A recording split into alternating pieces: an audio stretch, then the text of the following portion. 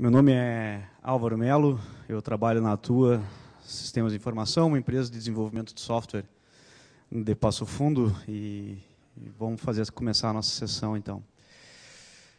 Bom, inicialmente quero agradecer a organização do evento, agradecer o pessoal da comunidade, Fabrício, Guedes, Sebastião, né, pela oportunidade de falar aqui para vocês. Quero lembrar que o PG Day está versando sobre os 20 anos da comunidade brasileira, né, da comunidade Postgres BR, acho que é um... Oi? Internacional, desculpa. Internacional. E 10 a nacional, obrigado. Então, 20 anos da comunidade internacional e 10 anos da comunidade nacional do Postgres. E acho que um bom registro de se fazer hoje também, hoje é 14 de julho, né, hoje se comemora a queda da Bastilha, o começo da Revolução Francesa, que fala de 3 princípios que nos são próximos, né? O princípio de liberdade, de igualdade, de fraternidade, que me parece que tem tudo a ver com esse evento. Ok, pessoal? Então, contextualizando, só deixa eu fazer 2 perguntas para vocês. Quem já trabalhou ou trabalha com Window Functions? Beleza, mais bastante. Vocês da frente não contam, né? Tá. Ou Common Table Expressions aí, pessoal. WIF. Beleza, legal. Vai ser útil, então. Tá. Então, nós trabalhamos com Postgres desde 2001, desde a fundação da empresa, trabalhamos com diversas versões. O que o pessoal falou aqui é muito certo. Troquem de versão, atualizem o Postgres de vocês vão ganhar muitas funcionalidades e a coisa fica melhor mesmo. Hoje, no nosso cenário, nós temos muitos bancos de dados rodando no mesmo cluster, o que é uma coisa que não é tão comum assim. Né? Hoje, a gente tem em torno de 400, deve ter uns 450, de tamanhos distintos, clientes pequenos, clientes grandes, muitos usuários simultâneos. E esses bancos são replicados em cascata, são replicados dentro do próprio data center e depois para um outro data center. Isso tem algumas implicações. Nosso sistema hoje tem em torno de 400 tabelas e são emitidos 180 mil conhecimentos de transporte por mês. Numa conta de padaria, aí, a 20 dias úteis, são 9 mil documentos por dia útil, são em torno de 1.000 documentos de transporte emitidos por hora. Então, não é tão grande assim, mas se para, já tem bastante gente ligando lá para o escritório para saber por que isso aí não está acontecendo. Ok, pessoal, a ideia é falar de otimização, então está um pouco apagado, mas isso é um gráfico do Munin. O Munin é antigo, mas ele é legal porque ele dá uma visão do dia, do mês, do dia, da semana, do mês e do ano. Então, a gente tem aqui, voltando, a gente tem aqui o acompanhamento anual e essa linha deveria subir, porque as bases aumentam de tamanho, os usuários, o número de usuários acessando o banco aumenta também, o número de documentos emitidos é maior e a máquina é a mesma. Então, a gente tem que fazer um trabalho para trazer esse número para baixo e é isso que eu vim contar aqui para vocês. Certo? A pergunta que deve chegar para vocês, ou a reclamação que, se não chegou, vai chegar algum dia, a não ser para quem tem hardware infinito, é o sistema está lento. Em algum momento, algo vai estar, ou pelo menos parecer lento. Nosso produto se chama MaisFret, ele tem aproximadamente 3.000 arquivos, todos eles acessam o banco de dados, muitos mais de uma vez, então a gente pode dizer, brincando, aí, que nós temos 6.000 consultas passíveis de otimização no banco. Então, a grande questão é quem causa a lentidão, né? Por que o banco está lento, quem deixa ele lento e como que nós vamos chegar nisso, certo? Então, para isso, nós usamos 2 ferramentas, e eu vou passar para cá, ou 2 abordagens. Tá? A primeira delas, o Sebastião comentou aqui, ela já não é nova, né, mas ainda assim continua útil, que é o PG Badger. O PG Badger vai nos mostrar uma porção de coisas aqui. Vale lembrar, antecipando, tudo parte dos logs do Postgres, e aqui a gente tem uma experiência um pouco distinta. Nós temos o banco num disco, os logs em outro, então, de fato, para nós não faz diferença. No nosso caso, e não tem receita de bolo, no nosso caso não faz diferença gravar ou não gravar log. E brincando, a gente grava 1 GB de log por semana. E a vantagem de gravar log é que eu sei o que está acontecendo, então eu sei onde é que eu preciso trabalhar. Mas isso vai de cada caso, né, pessoal? Então, nós gravamos todas as consultas que levam mais de meio segundo para rodar. Porque o resto é muito rápido, de fato não nos importa. Essa abertura do PG Badger viu, então, 4.600 queries normalizadas em uma semana, ela rodou do dia 20 a 27 de março, e nesse período de 7 dias aí, o banco ficou 1 dia e meio, 36 horas, então, processando consultas não rápidas. O que nós achamos mais interessante no PG Badger é esse cara aqui. Né? Vale gastar 1 hora aqui para ver quais são as opções que ele tem. O que nós achamos mais importante é o Time Consuming Queries, as consultas que levaram mais tempo durante sua execução. Em cima dele, ele tem uma pegadinha aí que são as consultas mais lentas. Mas o que acontece? Nós temos algumas coisas que rodam na madrugada e são lentas. Mas o consumo na madrugada é muito menor, então também não me importa muito. Tá? Às vezes eu me perco analisando, pode levar a que o DBA se perca analisando uma consulta que é a mais lenta, mas que de verdade não impacta no dia a dia do usuário. Então, essas Time Consuming Queries aqui são o que mais tem valor para nós. Né? E aqui ele é legal, então ele normaliza, não importa que parâmetro venha, ele vai mostrar. Ele dá um exemplo da consulta. E nós temos uma coisa que nos ajuda, a gente prefixa com um comentário todas as instruções, e então a gente sabe qual foi a tela que gerou isso. Isso aqui, na hora de otimizar, é uma mão na roda. E ele já vai mostrar aqui quando rodou, qual é o banco, qual é o usuário, etc. Então, de 36 horas, nós sabemos que 2 horas e 9 minutos foi com essa consulta aqui. Esse é o vilão da rodada. E o PG Badger ainda tem um negócio legal que ele mostra em que horário está abrindo. Tá? Que aqui deve ser... Está meio ruim de ver aqui, está meio pequeno, mas de noite, alguma coisa assim. Não é madrugada. A madrugada está aqui, isso deve rodar na tarde. Então, é uma consulta que impacta na execução do nosso negócio. Então, o PG Badger é bem legal. O Sebastian já falou de um problema que ele tem. Ele gera um HTML bem grande, às vezes é ruim de abrir. E ele tem uma outra questão que não é muito legal, que como é que eu comparo essa semana com a outra? Eu tenho que abrir um outro HTML e ficar olhando, comparando e tal. Então, a saída que nós utilizamos lá é trabalhar com planilhas. Certo? A gente abre o log do Postgres, trabalha com os shell scripts loucões lá e gera uma planilha. Então, eu sei que na semana do dia 20, esse cara foi o meu ladrão de performance. Ele levou lá 170 minutos rodando. Na semana do dia 13, ele nem apareceu. E antes ele levou 94. Então, alguma coisa aconteceu com esse cara. É fácil de identificar por aqui o que aconteceu. Então, eu tenho um top 5 aqui das consultas que mais consumiram na semana. E tenho também um resumo geral para ver como é que está a coisa. E eu tenho um número disso. Né? Fácil de ver. Se quiser fazer um gráfico, fácil de fazer também. Vamos lá.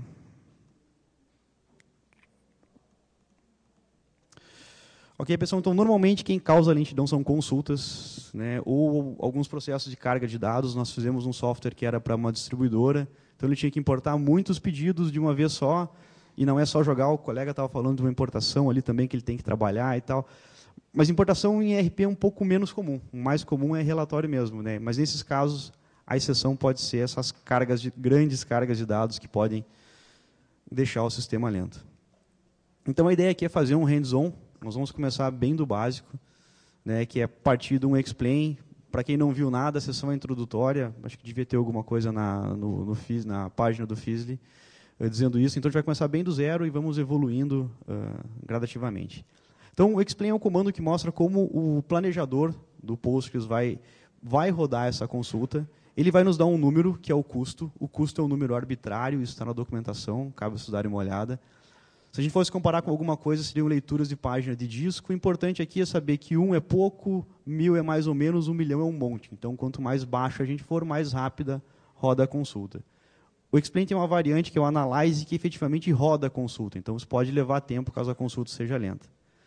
E só para situar vocês, nós trabalhamos com transporte rodoviário, então vamos ter tabelas chamadas CTRC, que é conhecimento de transporte rodoviário de carga, que é o irmão da nota eletrônica. Um caminhão tem que sair para trafegar com o produto, ele trafega com a nota e com o conhecimento de transporte, que hoje é o CTE.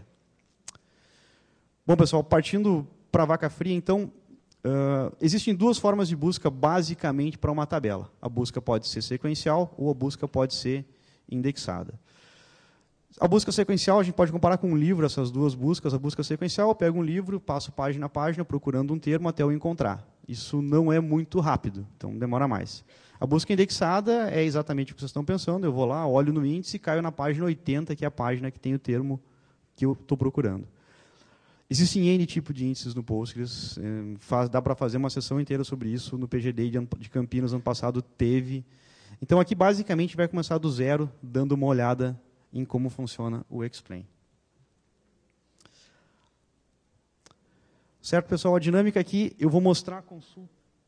Tá bom o tamanho aí? O pessoal do fundo está enxergando bem? Precisa aumentar? Tá legal?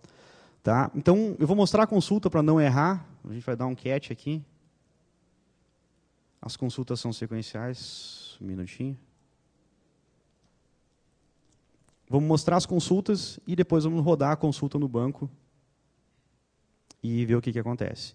Então, essa primeira consulta é uma busca sequencial na tabela de CTRCs. Ela vai retornar aqui o número de registros que eu tenho, nesse caso, 1.200.000, que é uma tabela que não dá nem para chamar de grande, né, pessoal? E, de qualquer maneira, levou na minha máquina meio segundo, quase meio segundo, 490 milissegundos para rodar. Nossa próxima consulta, então, basicamente eu explain essa consulta, é ver como que o otimizador pensa em fazer isso. Então, essa é a saída do explain. Quem nunca usou o explain aqui, pessoal? Nunca usou? Pô, tem bastante gente, então tá bacana. Então, o explain está dizendo aqui que eu estou fazendo uma busca sequencial nessa tabela e o custo é 65.000. A gente vai tratar sempre desse aqui, que é o último da linha de cima, certo? Que é o custo final que nos interessa. Bueno, não é tão comum que nós façamos uma busca sequencial numa tabela toda. Então, nós temos alguns cenários que são mais comuns. Por exemplo, eu vou buscar um documento, certo? Então, eu trago alguns dados, código, número, data, filial, dessa tabela, filtrando pelo número. Oi? Aumentar a fonte? Beleza. Pessoal, tá legal a fonte aí agora? Beleza. Tá? Então, foi feita a busca, fizemos a busca, o Postgres recebeu o filtro, mas ainda assim ele fez uma busca, alguma coisa marcou aqui, ainda assim ele fez uma busca sequencial. Por que ele fez uma busca sequencial? Porque eu não tenho o índice. Tá? Então, a nossa próxima consulta aqui vai criar esse índice. Certo? O Sebastião falou, ficou lento, cria um índice. Né? Então, aqui a gente está criando o índice na tabela CTRC para essa coluna, que é o número do CTRC. Rodando, rodando. Índice criado. Se eu rodar novamente a minha consulta, o custo, que era de 65.000 para trazer um registro, ou 5 linhas, ele está dizendo aqui, filtrando por esse número, baixou para 20.000. Então, baixou milhares de vezes o custo. E vai baixar milhares de vezes o tempo também, se vocês fizerem isso. Ok, pessoal? Então, essa, em resumo, é a lógica quando nós tratamos de índice. Mas isso é o começo, certo? Em que um índice... Deixa eu virar. Em que um índice implica? O índice implica em tempo de criação e o índice implica em espaço. Nós vimos aqui que na criação do índice, ela levou 1,5 segundos. Falei para vocês antes que a gente tem em torno de 400 bases. Se eu fosse fazer um restore dessas minhas 400 bases, por algum motivo, só o tempo de criar esses índices ia levar 600 minutos, certo? 1,5 vezes 400, 600 segundos. Então, eu teria 10 minutos criando um índice para uma tabela. Essa é uma das implicações de nós usarmos os índices. A segunda delas é o tamanho. Então, o Guedes falou hoje de manhã da questão do catálogo do Postgres. Essa é uma consulta que está indo no catálogo, buscando o nome da tabela, o tipo, o tamanho dela e o tamanho formatado. Certo? Ela vai dar o tamanho da tabela e do nosso índice.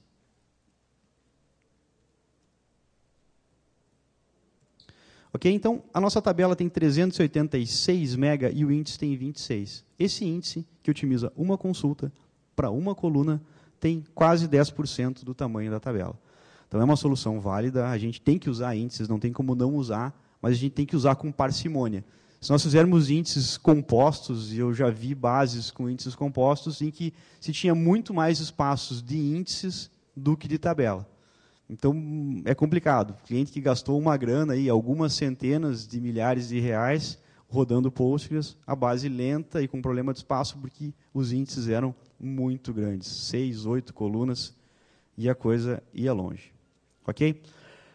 Mas, enfim, índices são legais, então a gente pode olhar uma outra situação, que eu vou buscar fazer uma busca na tabela de estados. A gente já viu que as buscas, muitas vezes, podem ser por um estado, ou por um documento, ou por qualquer coisa. Então, eu crio um índice na tabela de estado. Certo? E depois faço uma busca em cima desse índice que eu acabei de criar. Vamos rodar essas 3 consultas aqui, então. Certo? Primeira fez uma busca. Na segunda, eu criei o índice, já foi bem mais rápido. E na terceira, eu estou fazendo a busca de novo. Mas aí, eu criei o índice, busquei por estado, usei a coluna que eu criei no índice, e o Postgres não usou essa coluna. Por quê? Porque não é melhor.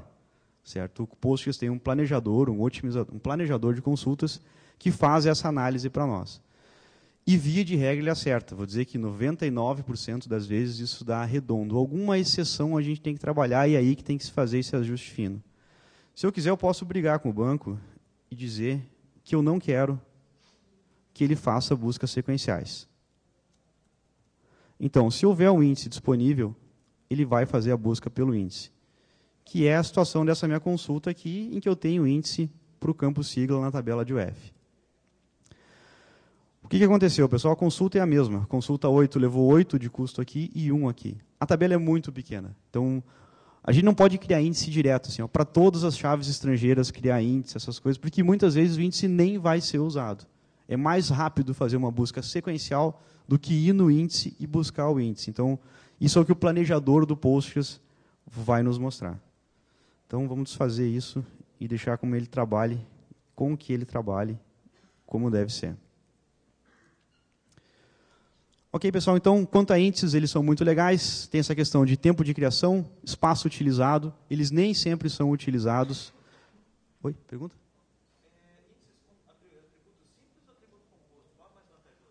Depende da situação. O composto vai ocupar espaço, né? Tem essa questão. Depende da consulta, tem que ver a tua consulta para ver, caso a caso. Ok, pessoal? Então, vamos lá. Algumas alternativas quanto a índices. Como é que a gente pode otimizar o uso do índice, fazendo com que ele trabalhe com uma amostra menor? Voltamos ao banco. Tem que aumentar isso aqui também, desculpem. Então, aqui eu fiz uma consulta que está pegando essa base e terminou em 15 de maio. Então, estou fazendo uma consulta que vai varrer 30 dias aqui da minha base. Na consulta 10 eu crio o índice e na consulta 11 eu vou conferir o tamanho dele e na consulta 12 vamos fazer um outro filtro que aí ao invés de filtrar por um mês, nós vamos filtrar por um dia, ok?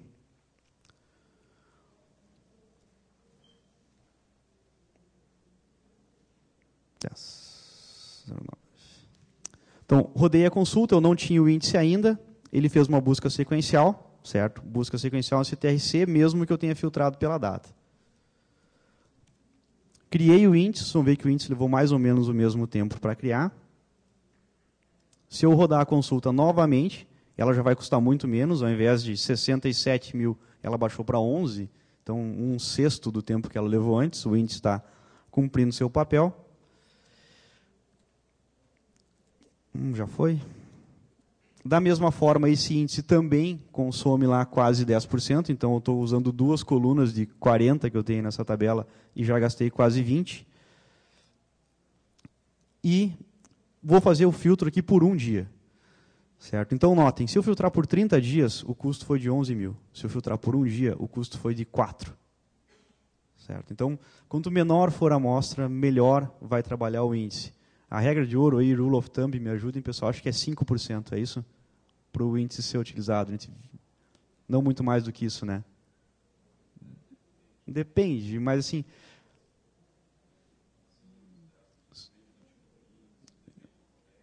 Isso, depende de alguns fatores, mas assim, uma amostra muito grande não adianta. Eu vou indexar 50% da tabela, ele vai fazer uma busca sequencial, ele não vai trabalhar com índice. Ok, pessoal? Então, quanto menor a amostra, mais rápido e melhor vai funcionar o índice de vocês.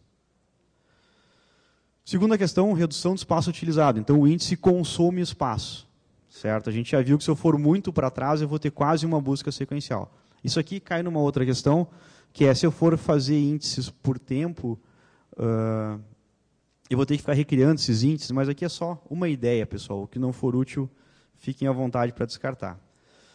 Então, o que eu vou fazer? Eu vou dropar o meu índice e vou criar esse índice parcial. Ao invés de indexar a tabela toda, eu vou indexar só os últimos 3 meses, que vão nesse cenário hipotético é o que se trabalha. Depois de 3 meses, as coisas estão consolidadas e depois de lá a busca já é sequencial mesmo. Ok? Um cenário, pessoal, claro. Tá? Trocamos. Dropei meu índice. Recriei meu índice. Notem que o tempo já foi bem menor. E se eu for olhar o tamanho do índice caiu muito. Ele caiu de 20 GB para 2. Ok? Então, passando ideias para vocês, pessoal, de como é que funciona, ou recursos que vocês podem ter na hora de otimizar o sistema. Então, existem outras coisas além dos índices. Os índices são legais, tem algumas contingências aí, mas tem outras coisas que podem nos ajudar. Uma coisa bacana é a ordenação de joins, como nós construímos as nossas consultas. E agora nós vamos para algumas coisas um pouco mais longas. Vocês não precisam entender o SQL, e eu vou explicando a ideia dele para vocês. Tá? Então, isso aqui é um SQL de uma listagem, ele vai fazer join com, sei lá, 12 ou 15 tabelas. Ele faz alguns filtros aqui no where. Tá? Vocês fazem join com join explícito mesmo ou fazem vírgula no from e colocam no where? Quem faz join dessa forma? Ótimo. Quem não faz, eu sugiro que faça. Vocês vão melhorar as consultas de vocês. Tá? Então, aqui eu estou filtrando por uma tabela, que é a carta frete, que está aqui. Uma ferramenta bacana, pessoal, é o Vindif. Ele compara arquivos e eu vou comparar a consulta 15 e a consulta 16. O original e o otimizado. A única coisa que muda nelas é que na 15, esse left join está lá embaixo. E na 16, ele está lá em cima. Ele está no começo da junção, aí, da multiplicação cartesiana das nossas tabelas. Ok? Vamos rodar para ver?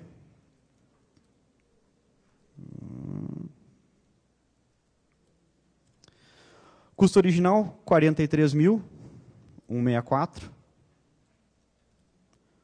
Custo otimizado, 1.000. Então, a única coisa que eu fiz, eu não precisei criar índice, eu já tinha o índice, né, na verdade, eu só troquei o lugar do meu join. Por isso que é mais legal fazer o join explícito do que fazer o from e juntar no where. Vocês têm a possibilidade de fazer isso. Deixa eu começar, mas por que o Postgres não fez isso de cabeça? Ele tem um parâmetro que chama Join Collapse Limit, tem o Where Collapse Limit que faz isso também. Tá? E o dia que a gente descobriu isso, a gente achou que tinha achado o santo grau. Vamos jogar isso aí lá para cima e ele vai otimizar tudo. Aí, o que aconteceu? O padrão é 8. Sei lá, em 90 e tantos % das consultas ele trabalha legal. Aí a gente jogou esse parâmetro para cima e ele não trabalhou tão legal assim. Então a gente deixou em 8 e foi trabalhando as consultas isoladamente. Ok, pessoal? Uma outra alternativa para que vocês otimizem suas consultas. Fiz 2 perguntas no começo, uma delas sobre Common Table Expressions, ou o if. Né? O if é similar a uma tabela temporária. Então, vamos fazer uma escala aqui. Nós temos tabelas que estão lá todo o tempo, certo? Vocês criam e elas ficam. Nós temos tabelas temporárias que duram uma sessão. Enquanto eu abrir a sessão, a minha tabela temporária está lá. E nós temos as Common Table Expressions, que são tabelas temporárias que existem dentro da consulta. Tá? O que muda e um ganho que a gente tem com isso? Deixa eu ver se o Badger está aberto. Tá? E eu deixei aqui.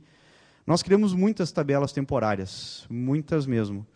E o que acontece? O vácuo ele tem que percorrer. Isso aí mexe nos atributos. A tabela temporária vai para a PG Class, os atributos delas vão para a PG Attribute, e como a gente cria demais, a gente tem que fazer limpeza muito frequentemente. O banco, na verdade, faz sozinho isso muito frequentemente nessas tabelas. Então, otimiza nossas consultas, mas gera uma rotina de manutenção para o banco aí, que, em última análise, também consome recursos. Tá?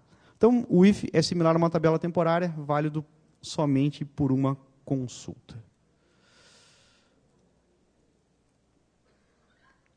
Já está mais na frente aqui, eu só ia rodar, vamos ver se vai dar tempo, mas acho que vai.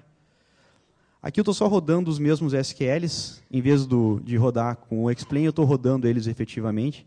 Então, ele levou 1 segundo, depois que entrou em cache levou meio, O otimizado levou 20 décimos, porque ele já estava em cache, e daí ele vai levar esses 20 milésimos de segundo, 2 décimos. 2 centésimos. Ok, pessoal? Então, 6, 7, 18, 19. Uma introdução do if, essa é a sintaxe dele. Ok? É como se fosse uma view dentro da consulta. Eu só estou pegando a tabela de UF aqui, e ao invés de chamar a tabela, eu chamo W underline, que é o if que eu estou utilizando, que eu acabei de criar aqui em cima. Ele fez uma consulta trazendo todos os dados da minha tabela de UF normalmente. O que é o nosso cenário nesse caso? Eu tinha essa consulta, ok? Não vem ao caso entender a consulta inteira, e vamos para o VinDiff de novo, que vai ficar mais fácil de entender. Tá, 20 e 21. O que muda de uma para outra? Na primeira, na original, eu não usava o if, e eu fazia um join. Pessoal, algumas coisas aqui não vão estar legais, pessoal que modela banco aí, fechem um olho. Tá? Eu tinha um join aqui com uma função. CPF, CNPJ, vocês conhecem isso aí. Tá? Funções não são performáticas, como dizem os vendedores de hardware. Tá? Então, eu não consigo dar uma performance bacana nisso. A estrutura do banco está lá, o que eu fiz? Eu criei uma tabela que é muito pequena, certo? Onde eu faço essa busca, faço o filtro que eu tenho que fazer, e ao invés de fazer o join com uma função, eu faço o join com o meu window function, que é esse remetentes aqui. Deixa eu subir de novo. Então, eu chamei essa janela de remetentes e faço o join aqui com o resto da tabela. Vamos dar uma conferida no que isso vira. A primeira consulta tem um custo absurdo, pessoal, isso aqui é meio exorbitante, é 1 bilhão, 510 milhões, 400 mil, e lá vai pedrada. Tá? A segunda consulta também não é pequeno, mas o custo dela já é 70 milhões, comparando com 1,5 bi, né? 70 milhões já é bem menos. Aqui, pessoal, esse é um dos usos que vocês podem ter, certo? Sempre que eu tiver que ter um subselect no where, que eu tiver que fazer um join com uma tabela grande ou que não seja indexada, que eu vou fazer várias vezes isso aí, eu posso usar a window function, criar ele lá em cima e depois ir fazendo os joins, e o ganho de performance é bem grande. Ok? Eu tomei em cima do tempo, e como eu falei, ele não altera PG Attribute, então ele não vai gerar manutenção no banco. Uma outra questão, a gente tem performances distintas em instruções semelhantes.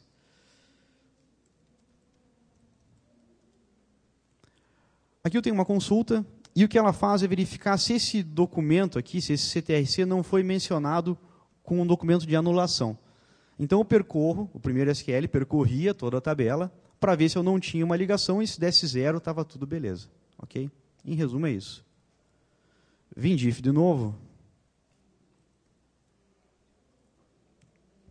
E o que mudou aqui é que ao invés de fazer isso, eu vou fazer um not exists, que no fim vai dar exatamente na mesma.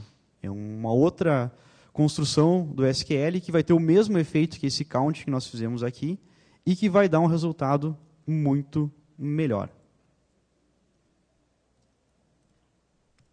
Okay? Então, o meu count tinha um custo de 64 mil, que vocês já viram lá no começo, que é o custo para percorrer essa tabela de qualquer maneira. E se eu usar o exists, eu tenho um custo de 35. Onde é que se explica essa diferença? Porque eu fiz uma busca indexada na tabela CTRC, ao invés de fazer uma busca sequencial, que custava 60 e poucos mil. Ok? Isso não é reais, pessoal, é 60 e poucos mil. Beleza. E por fim, o tempo está acabando, eu vou falar de window functions, tá? Que são funções de janela, é um negócio meio chato de explicar, mas vocês conseguem... o Postgres consegue trabalhar com os dados de uma consulta. Tá? O exemplo que eu vou dar aqui talvez seja mais simples, e quem já desenvolveu talvez tenha visto. Vocês vão ter um controle de estoque, tem um produto, e eu tenho uma tabela, um recurso que chama Cardex. Cada movimentação que eu faço nesse produto, eu boto se é uma entrada de estoque, saída de estoque e o saldo atual. Então, se eu quiser saber o saldo atual, eu vou lá e faço uma subconsulta no Cardex, pego o meu último item e vai trazer o saldo atual desse produto, o último saldo desse produto no sistema. Mas eu tenho que fazer um sub-SQL aqui, eu não tenho um outro jeito que não seja esse. Ok? E aqui eu vou usar dois recursos juntos e rapidinho para não estourar demais o tempo. Tá? Eu vou usar o if, que nós já usamos, mas o window function é aqui, essa parte do over. Tá? Então, eu estou trabalhando com os meus dados uma vez só, eu não preciso fazer uma subconsulta, e como eu usei... São 5, são 10? 10? Beleza. E como eu usei o window function aqui, eu só vou, o CTE, Common Table Expressions, eu só vou fazer um join com essa tabela aqui para pegar o meu saldo. Vamos para os números, pessoal. A consulta inicial, esse custo aqui não é grande, aqui é só para demonstrar o exemplo mesmo, teve um custo de 600. A segunda consulta teve um custo de 400. Brincando, brincando, a gente teve 30% de melhora. E aqui vamos ver elas rodando para ver o que acontece. Com o SubSQL, aqui estão os dados, vamos gravar esses números, 100, 0, 204. Ok? Levou 200 milissegundos. 200 milissegundos mesmo em cache. Ok? E aqui, usando o window function, eu tenho os mesmos resultados, 100, 0, 204, e eu levei 12 milissegundos. Tá? Então, o custo é muito menor numa construção diferente de SQL. Ok, pessoal? Acho que meu tempo está acabando. Na verdade, a ideia era essa, passar para vocês. O sistema está lento, por onde é que eu saio, por onde é que eu começo, identifiquem o que é mais lento.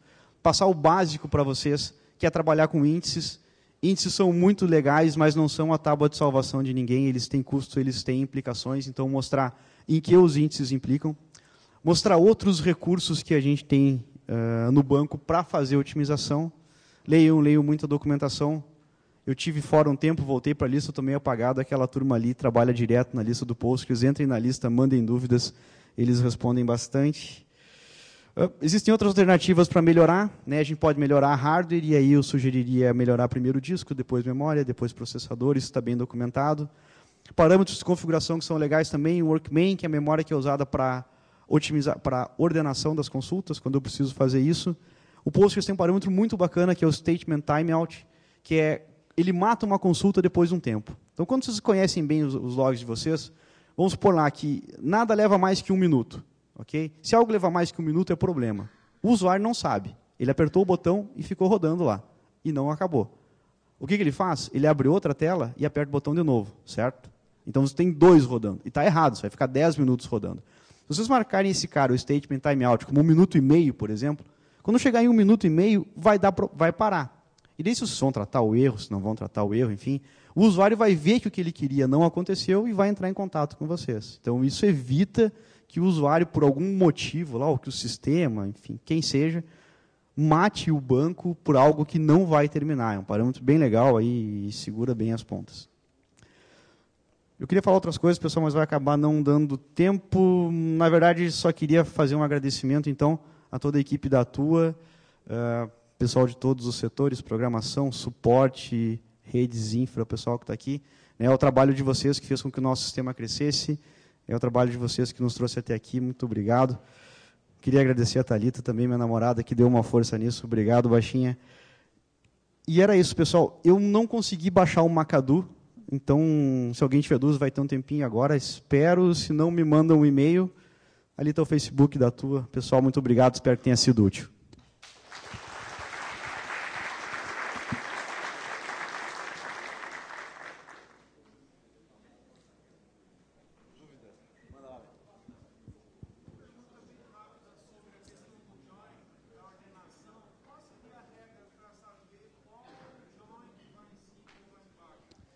Antigamente, a gente achava que tudo que fosse join tinha que ser primeiro, tudo que fosse left join tinha que ser depois. Na verdade, as tabelas que você for filtrar no where, coloca para cima.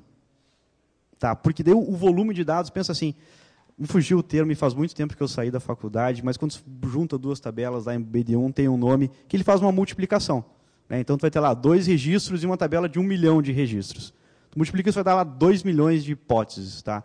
Se essa de 1 milhão tu filtrar já no começo, e der 5, em vez de 1 milhão, vai dar 10. E essas próximas multiplicações vão tendo volumes muito menores. Teoria de conjuntos isso, né, pessoal? Então, quanto antes você botar as tabelas que você filtra, melhor. Né? Por isso, usar o join. O critério é antes as que você vai filtrar. Manda.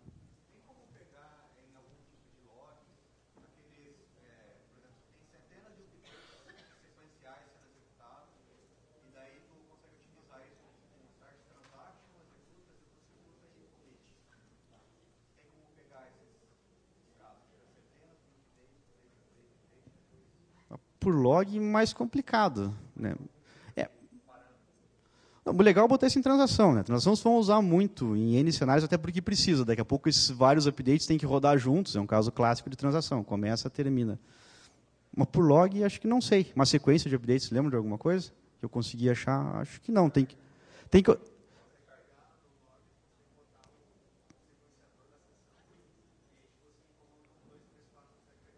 Tá, beleza. Obrigado, Sebastião.